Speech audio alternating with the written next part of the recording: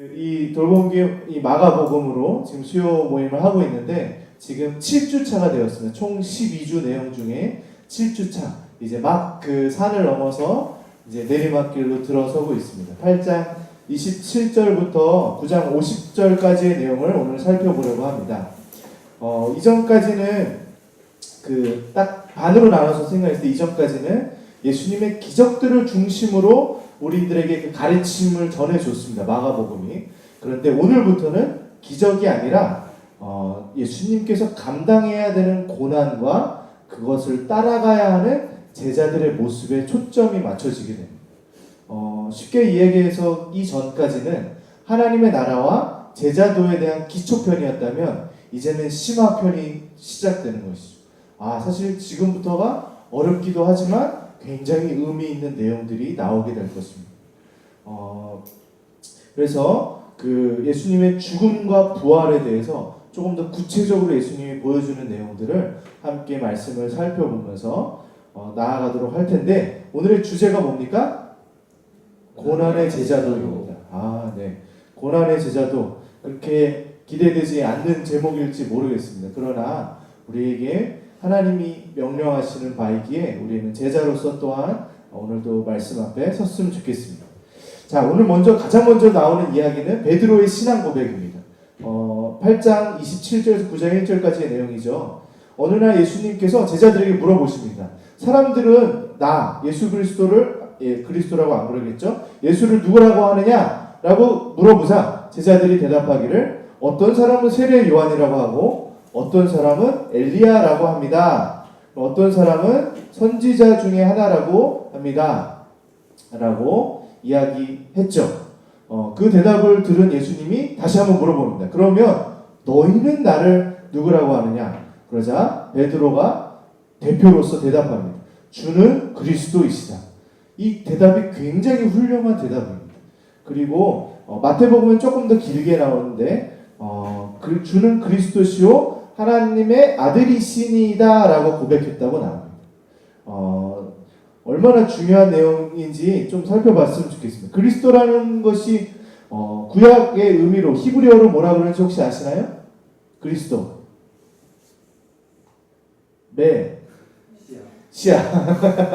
네. 그리스도는 이제 헬라어고 구약에 쓰여진 히브리어로는 메시아라는 뜻이죠. 메시아라는 단어가 가진 뜻은 기름 부음을 받은 자라는 뜻입니다. 구약에서 기름 부음 받은 세 부류의 사람들이 있습니다. 혹시 기억나시는 거 있으신가요? 제사장, 왕, 네, 선지자. 네, 그래도 조금 신학 공부하셨나봐요. 네. 왕, 메시아, 맞죠? 왕, 선지자, 제사장. 이렇게 세 부류의 사람들이 그 기름 부음 받았던 구약의 그 인물들이었습니다. 바로 장차 오실 메시아를 예표했던 사람들입니다. 그래서 예수님의 삼중직이라고 우리는 부르거든요. 그거는 오늘 깊이 들어가진 않겠습니다. 그래서 베드로가 고백한 것은 예수님은 구약에서 약속된 기름 부음 받은 자입니다 라는 의미를 갖고 있는 것으로 바로 이스라엘 백성이 기다리던 구원자가 바로 예수님 당신이십니다 라고 이야기하고 있는 것이죠. 그 말씀을 들은 예수님은 그 대답이 얼마나 만족스러우셨는지 그들에게 처음으로 앞으로 예수님 자신이 받을 고난과 십자가 죽음 그리고 부활에 대해서 설명하시기 시작하십니다. 그런데 베드로의 반응은 우리의 예상과 다릅니다. 어떻게 반응했는지 32절을 한번 보겠습니다. 같이 한번 읽겠습니다. 시작. 드러내놓고 이 말씀을 하시니 베드로가 예수를 붙들고 항변하네. 마태복음은 조금 더 구체적으로 얘기하는데 이렇게 얘기했습니다. 이것도 한번 같이 읽어볼게요. 시작. 베드로가 예수를 붙들고 항변하여 이르되 주여 그리 마옵소서 이 일이 주께 미치지 아니하리라. 그러지 말라고 이야기하는 것이죠. 우리가 알고 있는 예수님에 대한 내용으로 생각했을 때는 사실 이해하기 쉽지 않을지 모르겠어요. 왜냐하면 우리는 예수 그리스도께서 이 땅에 오셔서 우리를 위해 죽으셔야만 했고 부활하셔야 됐다는 내용을 귀가 닳도록 들어왔던 내용이니까. 그러나 베드로가 이렇게 반응한 이유가 있습니다. 베드로는 그리고 그 당시 많은 구약의 인물들은 메시아에 대해서 이런 생각을 갖고 있었습니다. 바로 자신들을 로마의 압제에서 구원해 줄 그런 정치적 메시아, 하나님이 보내신 어떤 군사적 영웅 뭐 이런 것으로 생각하고 있었던 것이죠. 혁명가였죠. 해방시켜줄 혁명가로 그 기름 부은 자가 와서 우리 이스라엘 민족이 다시 한번 볕들 날이 올 거야 라는 그런 마음이 있었습니다. 그리고 예수님을 만나 같이 다니다 보니 그럴만도 그런 기대가 생길 만도 했습니다. 왜냐하면 가는 곳마다 막 죽은 자도 살아나는 일이 일어나고 병든 자를 고치는 것뿐만 아니라 귀신 들린 자들은 막 귀신을 명하시면서 쫓아내시니 뭐 로마 군대 무찌르는 것도 분명히 하실 수 있다고 기대했을지 모르겠습니다. 얼마나 그 식민지의 삶이 힘들었겠습니까? 그 삶의 현장 속에서 예수님을 만났을 때 그런 기대를 하고 있는 베드로도 이해할 만합니다. 그런데 예수님은 그런 의미에서 그리스도로 이 땅에 오시지 않았다는 것입니다. 그분이 이 땅에 오신 목적은 딱 하나였습니다. 바로 십자가에 자신을 내어줌으로 좁게는 이스라엘 백성을 그리고 궁극적으로는 온 열방을 구원하시는 그분의 목적을 가지고 계셨던 것이죠. 그래서 십자가에서 그 자신이 죽어야 하는 것과 부활에 대해 말씀하고 계셨던 것입니다. 베드로 입장에서는 속이 터질만 합니다. 이제 이 나라의 왕이 되셔서 예수님이 나는 그래도 총리쯤을 하지 않을까? 뭐 내무부 장관쯤 하지 않을까? 라고 기대하고 있었더라면 이제는 그 기대가 다 무너져 내리기 시작하니 예수님께 그리 마옵소서 라고 이야기하는 것이죠. 예수님은 굉장히 심하게 꾸짖습니다. 한번 같이 읽어볼까요? 시작. 사탄아 내 뒤로 물러가라. 내가 하나님의 일을 생각하지 아니하고 도리어 사람의 일을 생각하는도다. 예수님은 베드로가 생각하는 것이 사람의 일이었다고 말씀하십니다. 바로 베드로와 제자들과 그 당시 구약의 그 인물들이 기다리고 있었던 그리스도는 바로 사람의 일에 초점이 맞춰진 그리스도였던 것이죠. 그러나 예수님은 사람의 일이 아니라 하나님의 일을 하기 위해 오셨습니다. 하나님의 일이 무엇일까요? 조금 더 뒤로 가볼까요? 바로 뒤에 가보면 이렇게 이야기합니다. 제가 읽어드릴게요. 누구든지 나를 따라오려거든 자기를 부인하고 자기 십자가를 지고 나를 따를 것이니라. 누구든지 자기 목숨을 구원하고자 하면 잃을 것이요 누구든지 나와 복음을 위하여 자기 목숨을 잃으면 구원하리라. 한마디로 이야기하면 자기를 부인하고 자기 십자가를 지는 것, 바로 예수 그리스도께서 자기 목숨을 구원하는 것이 아니라 예수님과 복음을 위해 자신을 내어주는 것이 하나님의 일이라는 것입니다. 우리의 기대와 굉장히 다른 하나님의 일이죠. 예수님이 이 땅에 오신 이유는 바로 이 하나님의 일을 위한 것이었습니다. 그리고 예수님은 자신뿐만 아니라 이 베드로, 이 제자들, 우리들이 그런 삶을 살길 바라고 계십니다. 당장이라도 세상을 바꾸는 정치가가 되어 아니면 부를 축적하여 돈으로 세상을 움직이는 권력가가 되는 것, 그런 것은 바로 사람의 일이라고 우리가 이해하면 좋을 것 같습니다. 그리스도께서 바라시는 것은 자기를 부인하고 십자가를 지는 삶이죠. 우리도 한번 생각해 봅시다. 우리는 베드로와 같은 우리의 모습을 아마 쉽게 발견할 수 있을 것입니다. 자기 생각대로 예수님을 제안하고 있지 않은지 한번 생각해 봤으면 좋겠습니다. 우리가 그리스도인으로 산다고 하면서 내가 십자가를 지는 삶을 얼마나 관심 가지고 살아가는가. 아마 나를 부인하는 것들에 대해서 우리가 정말 예수님을 따라가고 있는가. 우리는 예수님을 주인이요 그리스도 우리의 주인으로 고백하면서 살아가야 됩니다. 이것은 입술로만 고백하는 것이 아니라 우리의 일상의 삶에서 내 어떤 목숨과 내 욕심을 위해서가 아니라 예수님과 복음을 위해서 살아가야 하는 것이죠. 굉장히 불편하고 어려운 삶입니다. 내 삶 챙기기도 어려운데 언제 예수님과 복음을 위해서 살아갑니까? 아마 이렇게 쉽게 따라가고 싶지 않은 길일지 모르겠습니다. 그러나 예수 그리스도께서 그 길을 가셨기 때문에 제자인 우리들도 따라가야겠죠. 그래서 이렇게 기록하고 있습니다. 한번 볼까요? 무리와 제자들을 불러 이르시되 누구든지 나를 따라오려거든 자기를 부인하고 무리에게 말씀하셨습니다. 제자뿐만 아니라 무리들에게도 그리고 우리에게까지도 예수 그리스도께서 요구하고 계신 것이죠. 우리 이 고난의 길을 걷는 사람들이 바로 이 자리에 계신 그리고 우리 모든 성도의 삶입니다.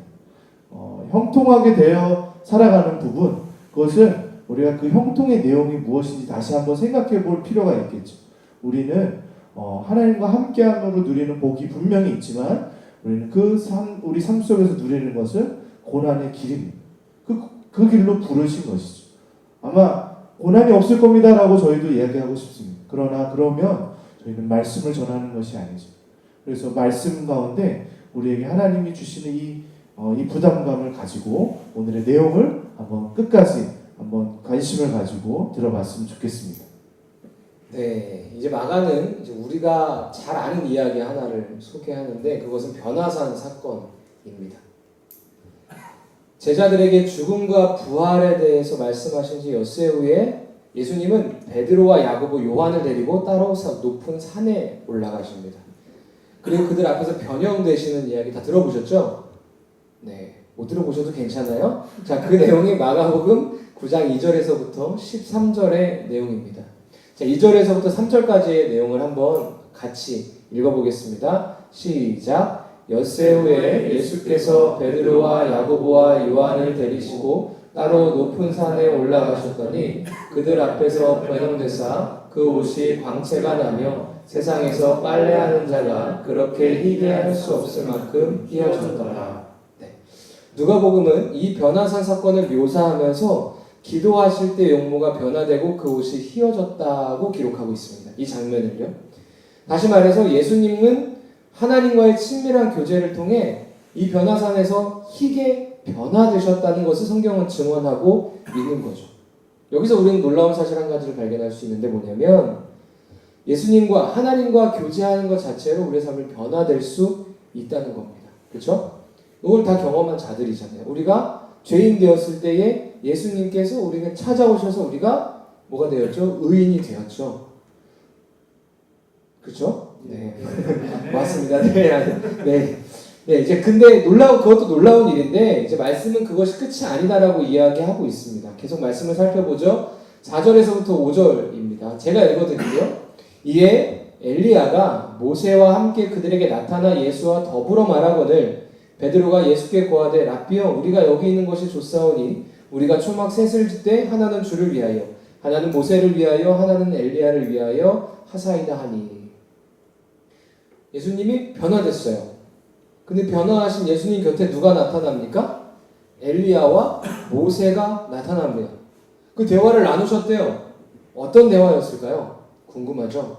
마가복음은 그 대화의 내용에 대해서 이렇게 이야기합니다. 누가복음은요? 누가복음 9장 31절입니다. 함께 같이 읽어보죠. 시작. 영광 중에 나타나셔서 장차 예수께서 예루살렘에서 별세하실 것을 말할세. 즉 예수님이 예루살렘에서 돌아가실 것에 대해서 이야기했다고 성경은 증언하고 있습니다. 십자가의 죽음에 대해서 이야기를 나누고 있는 거죠. 그러한 모습을 본 베드로는요, 두렵기도 하고 떨리는 마음으로 이 사건을 기념하면서 초막을 짓자고 이야기합니다. 당시 초막을 짓는다는 것에 의미가 있는데 그것은 귀한 손님을 위해서 특별히 초막을 지어서 대접하자라는 풍습에서 기인한 베드로의 고백입니다. 베드로 안에는 예수님께서 변화하시는 모습을 본 기쁨, 말로만 듣던 전설의 엘리야와 모세를 눈앞에서 대면한 환희, 그리고 이 순간을 영원히 간직하고 싶은 그런 마음이 있었을 겁니다. 마음 귀하죠. 정말 귀합니다. 그런데 예수님은 그것을 허락하시지 않으셨던 것 같습니다. 7절에 나옵니다. 한번 같이 읽어보겠습니다. 시작. 마침 구름이 와서 그들을 덮으며 구름 속에서 소리가 나되 이는 내 사랑하는 아들이니 너희는 그의 말을 들으라 하는지라. 초막 셋을 짓고 싶다고 베드로가 이야기했는데 마가복음은 뭐라고 시작합니까? 마침 구름이 와서 그들을 덮었다. 성경에서 구름은 하나님의 임재를 상징합니다. 시내 산에서 하나님이 이스라엘 백성에게 율법을 줄 때도 그렇게 나타나셨고 언약궤가 하나님의 성전에 옮겨질 때도 성전 안에는 구름이 가득 찼다. 하나님의 임재가 가득 찼다. 그렇게 표현합니다. 변화산에서도 하나님이 나타나셨어요. 왜 나타나셨을까요? 이렇게 말씀하시기 위해 나타나신 겁니다. 이는 내 사랑하는 아들이니 너희는 그의 말을 들으라. 저는 이 말씀을 읽는데 하나님께서 예수님께서 그동안 고백하신 것에 대해서 무게감을 더해 주신다는 생각을 하게 됩니다. 어떤 무게감이냐면 앞서 읽었던 8장 34절과 35절의 말씀인데 한마디로 십자가를 지고 따르는 것이라는 거죠. 변화산의 사건 앞에 감격한 제자들에게 하나님은 나타나셔서 이야기하는 겁니다. 너희 이 산에서 머무르지 말고 십자가의 길을 걸어가야 한다고 직접 얘기하고 계시는 거죠. 우리가 놓치는 부분이지만 변화산 사건은 사실 예수님의 부활을 미리 보여주는 것입니다. 3절에서 그의 옷에 광채가 나서 희게 되었다고 말씀하신 그것이 바로 그 힌트입니다. 때문에 제자들 야고보와 베드로와 요한은 변화산 사건을 그들이 직접 목도하였다면 부활의 맛을 본 사람으로 죽음과 부활에 대해서 깊이 깨달았었어야 합니다. 그러나 그것들은 그것을 깨달았지 못했습니다. 10절의 말씀에 그 장면이 나와요. 서로 문의하되 죽은 자 가운데서 살아나는 것이 무엇일까 하고. 답답하죠? 그런데 이 모습에서 저는 우리들의 모습을 발견해요. 간혹 주변인들 중에서 교회에 오는 것이 기쁘다고 이야기하는 분들을 봅니다. 참 고무적인 일이에요. 여기 계신 분들도 교회 오는 게 기뻐서 오신 거잖아요. 끌려온 거 아니잖아요. 오라고 해서 온 거 아니잖아요. 자발적으로 오신 거잖아요. 그죠? 그런 거잖아요. 그런데 교회 다니는 것만 좋고 자신이 처한 상황과 환경, 예를 들어 가정과 학교와 직장, 자신이 감당해야 하는 상황들을 힘들어서 그건 생각 안 할래. 교회 활동만 열심히 할 거야 라고 기도원에만 찾아다니고 세미나만 다니면서 자신의 삶을 내팽겨치는 분들을 봅니다. 오해하지 마세요. 기도를 하지 마십시오. 세미나나 기도원을 가지 마십시오. 이런 이야기 하는 거 아니에요. 아닙니다.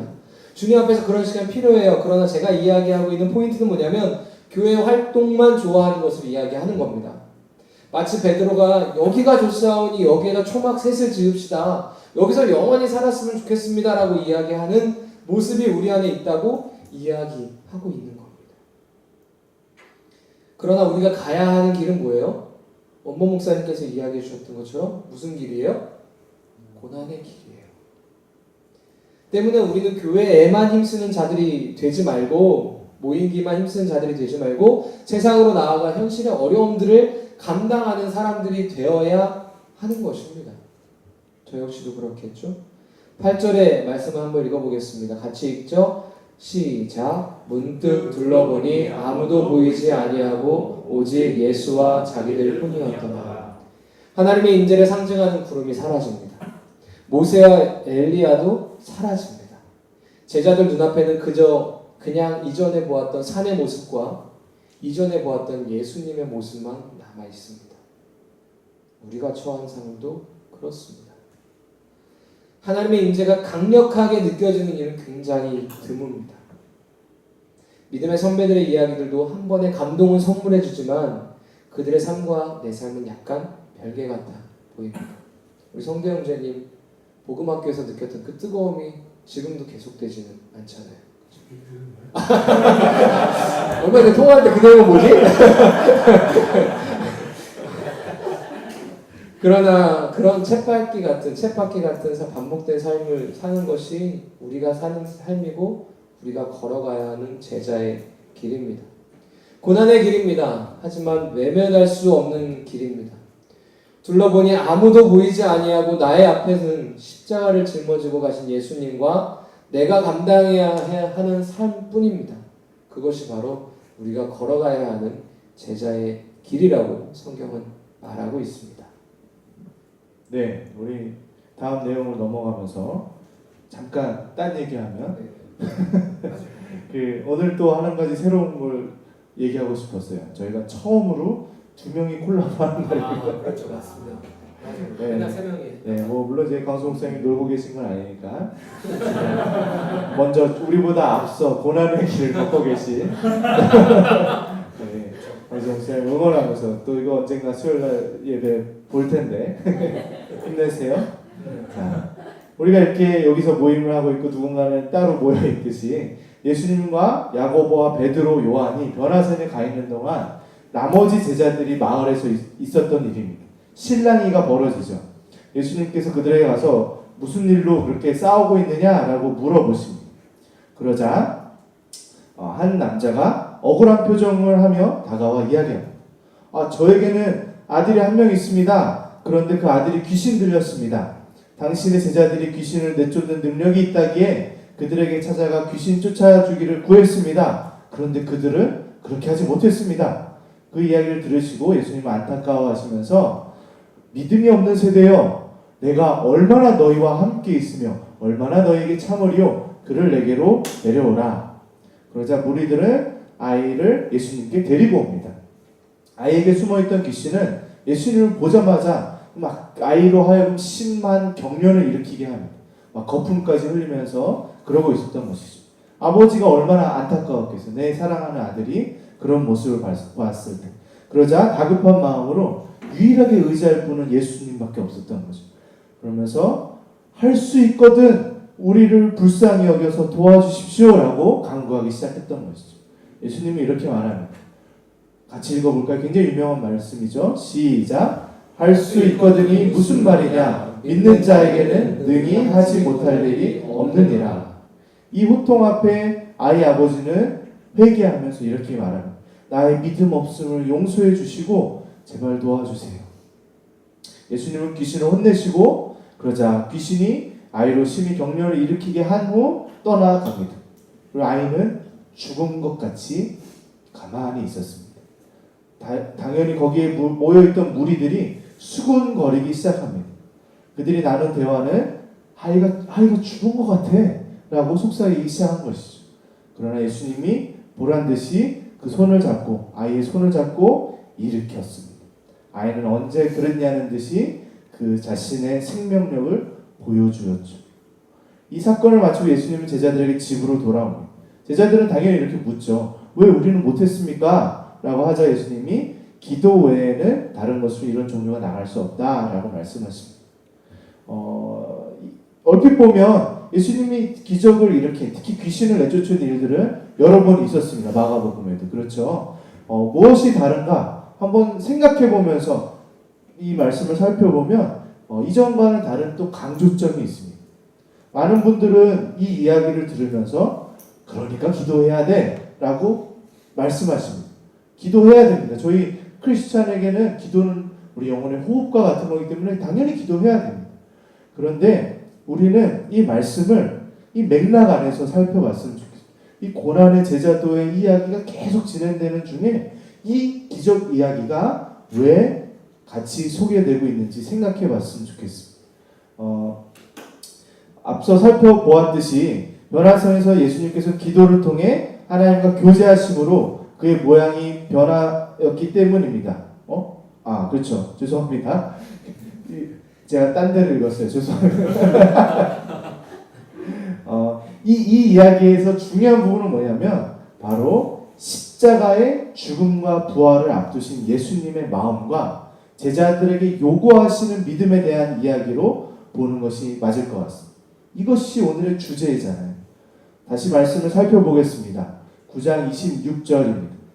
같이 읽어보겠습니다. 시작. 귀신이 소리 지르며 아이로 심히 경련을 일으키게 하고 나가니 그 아이가 죽은 것 같이 되어 많은 사람이 말하기를 죽었다 하나.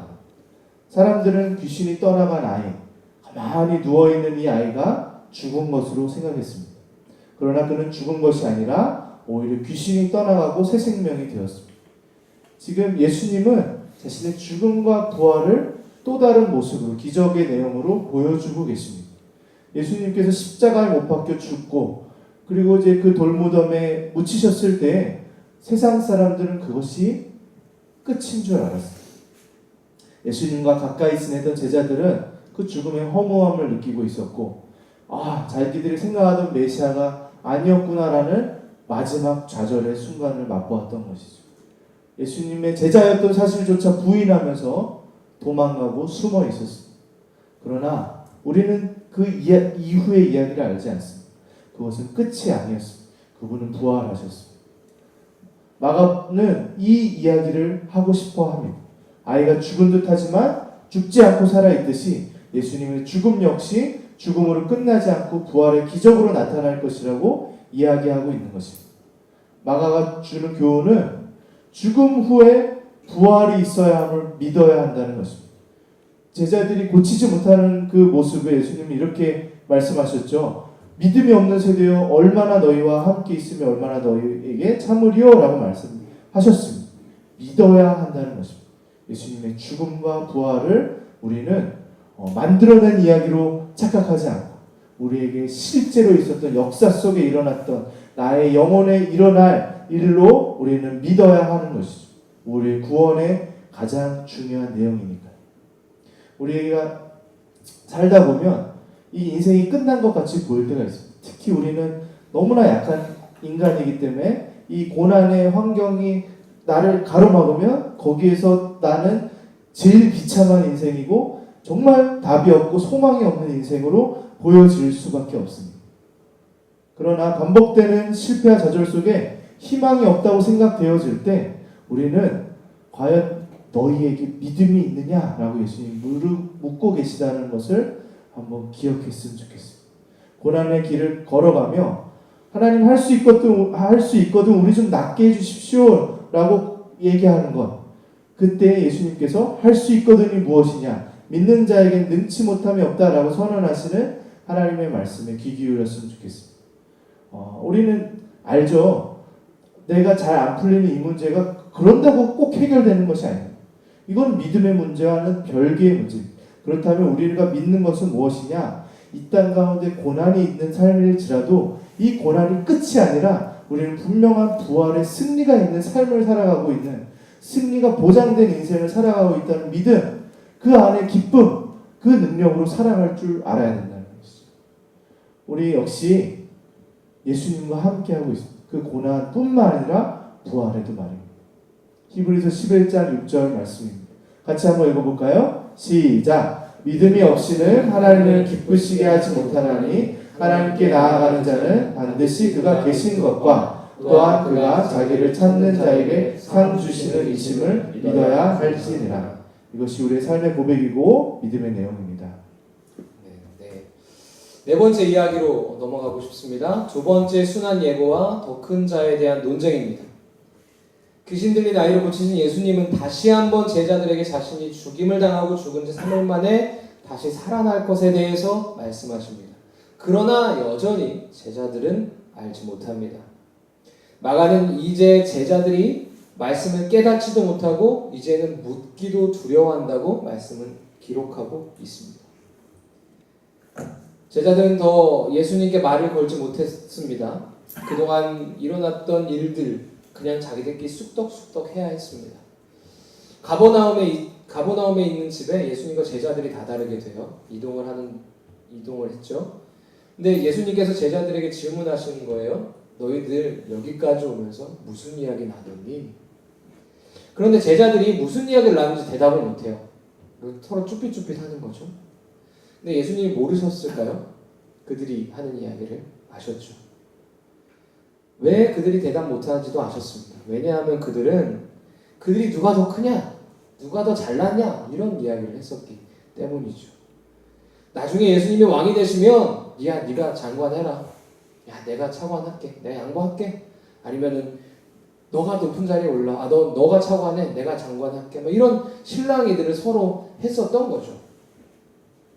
근데 그 이야기를 아셨던 예수님이 35절에 이렇게 이야기하세요. 누구든지 첫째가 되고자 하며 무사람의 끝이 되며 무사람을 섬기는 자가 되어야 하리라 라고 말합니다. 그리고 어린아이 하나를 데려다가 그들 가운데 세우시고 제자들에게 말씀하십니다. 37절이에요. 제가 읽어드릴게요. 누구든지 내 이름으로 이런 어린아이 하나를 영접하면 곧 나를 영접하며 누구든지 나를 영접하면 나를 영접함이 아니요 나를 보내신 이를 영접하며. 당시 어린이들은요 거의 존중받지 못했던 존재들이에요. 어린이들이 이야기하면 지금은 귀 기울여 들어주잖아요. 그 당시에는 쳐다도 안 봤어요. 아빠 해도 봐주지도 않았어요. 그 당시에는. 그 당시에 어린이들은 전혀 이야기를 귀 기울일 필요가 없는 존재들이었어요. 그런데 예수님은 그런 아이를 데려다가 뭐라고 이야기하시냐면 너희들은 이 아이를 영접해야 한다라고 말합니다.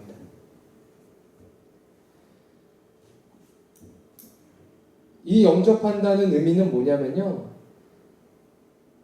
유식하게 표현해봐야지. 데케스타. 데케스타. 헬라어로 데케스타라는 단어예요. 이 단어는 뭐냐면 환영하고, 그러니까 환영을 하고 친구나 가족을, 그러니까 대상을 환영하고 그 사람을 친구나 가족처럼 대하는 것을 말해요. 말만 유식하게 하면 뭐예요? 그죠? 정리하면 가장 힘없고 영향력 없는 자들을 섬기고 영접하는 것이 바로 너희들이 해야 할 일이다 라고 예수님은 알려주고 계시는 겁니다. 이게 왜 고난의 길이라고, 고난의 제자도에 이 이야기가 나오냐? 왜냐면 우리는 죄된 본성상 남을 섬기지 않기 때문이에요. 나의 영향력을 끼치고 싶어하지, 갑이 되고 싶어하지, 을이 되고 싶어하지 않기 때문입니다. 그러나 예수님은 그런 모습을 정확히 알고 계시는 거예요. 갑이 되고자 하는 마음을요. 그래서 너희들이 그것을 해야 한다라고 이야기하는 겁니다. 그것은 우리에게 고난의 길일 수 있죠. 왜냐하면 죄된 본성과 끊임없이 싸워야 하기 때문입니다. 나의 욕심을 포기하고 나의 만족과 나의 유익을 포기하고 다른 일을 섬기는 것이 어렵지만 제자들이 가야 하는 고난의 길이라는 것을 잊지 않으셨으면 좋겠습니다. 네, 드디어 이제 오늘 본문에서 마지막 이야기로 들어가게 되었습니다. 예수님의 제자 중에 요한이 예수님께 나와서 이렇게 말하죠.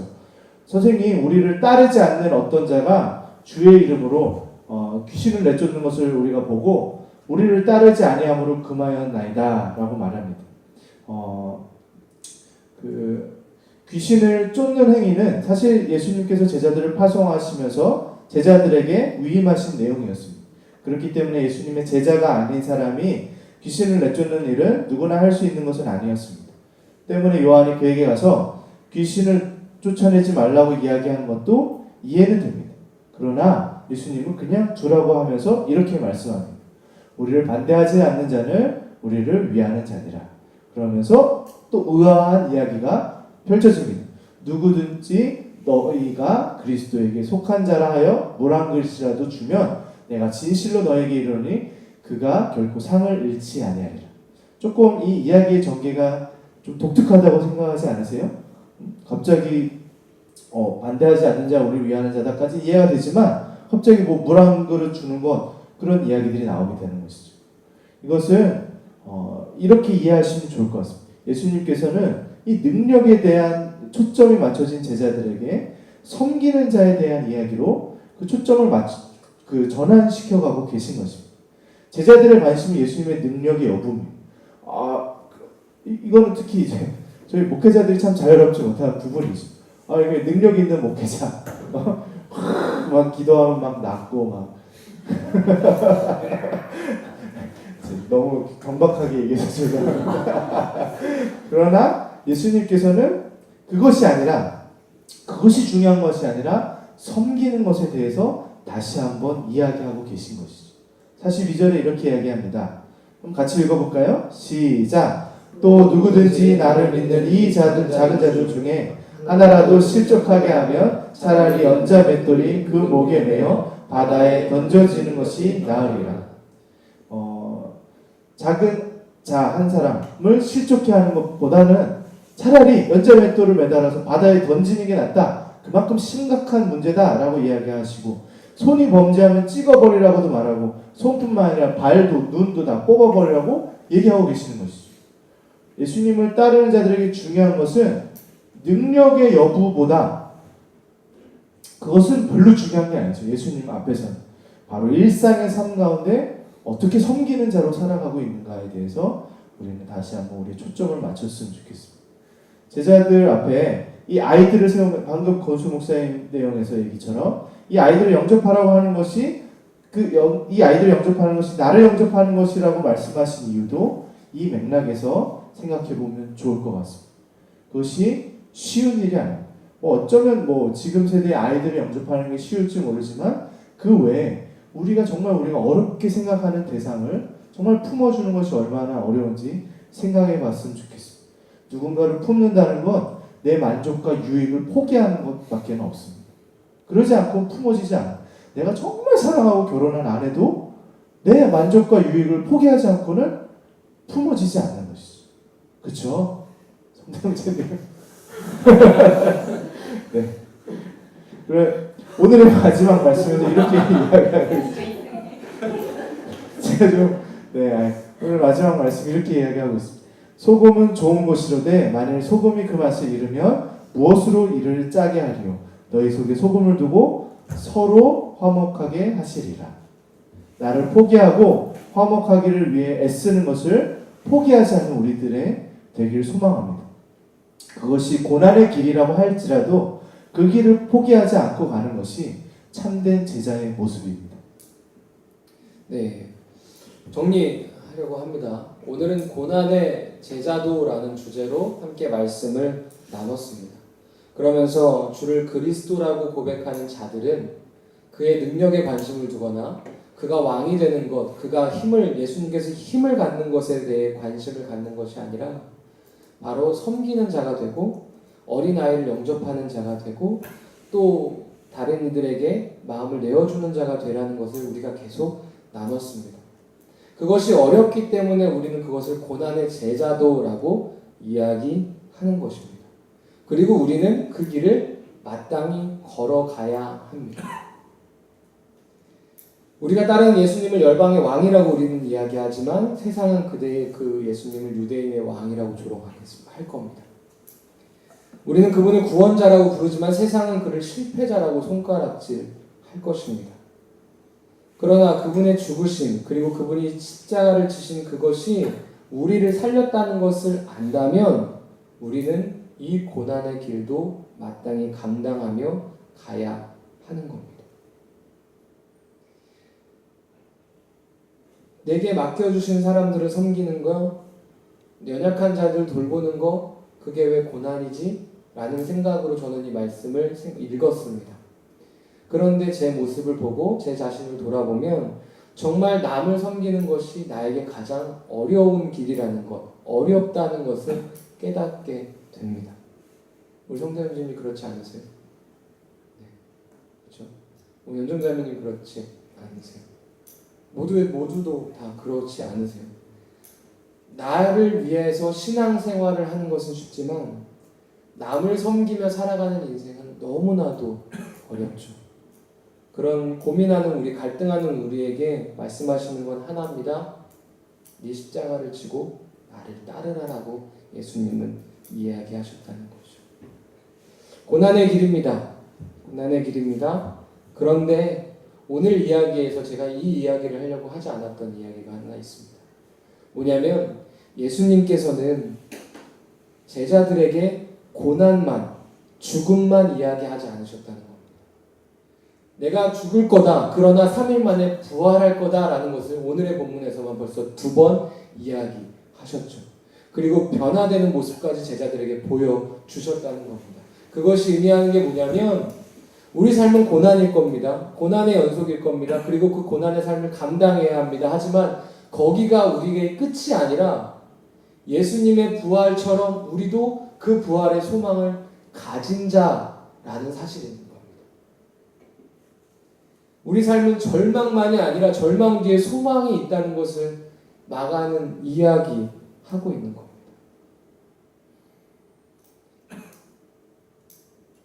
그렇기 때문에 우리 삶에서 절망만 있다, 이 고난만 있다라고 생각하시면서 너무 자포자기하지 않으셨으면 좋겠습니다. 고난의 제자도로 걸어가는 우리에게는 반드시 부활이 있습니다. 정말 있습니다. 옆에 있는 분에게 얘기할까요? 있습니다. 네, 있어요. 네, 부활이 있습니다. 네. 네. 그 부활은 예수님의 부활로 확증되었습니다. 그리고 우리는 그것을 약속받은 자라는 사실을 잊지 않으셨으면 좋겠습니다. 내일 또 시작되는 일상 가운데 또 만나는 사람 가운데 저 사람만 없었으면 내가 섬길 수 있을 텐데, 내가 저 사람만 없으면 내 생활을 좀 필 텐데. 그러나 예수님 뭐라고 이야기하시냐면 그 십자가를 지고 나를 따르라. 그 사람을 영접하는 것이 나를 영접하는 것이다. 그 길을 너가 걷길 원한다. 네가 나를 그리스도라고 고백한다면 그 길을 걸어야 한다라고 우리에게 이야기하고 계신다라는 사실입니다.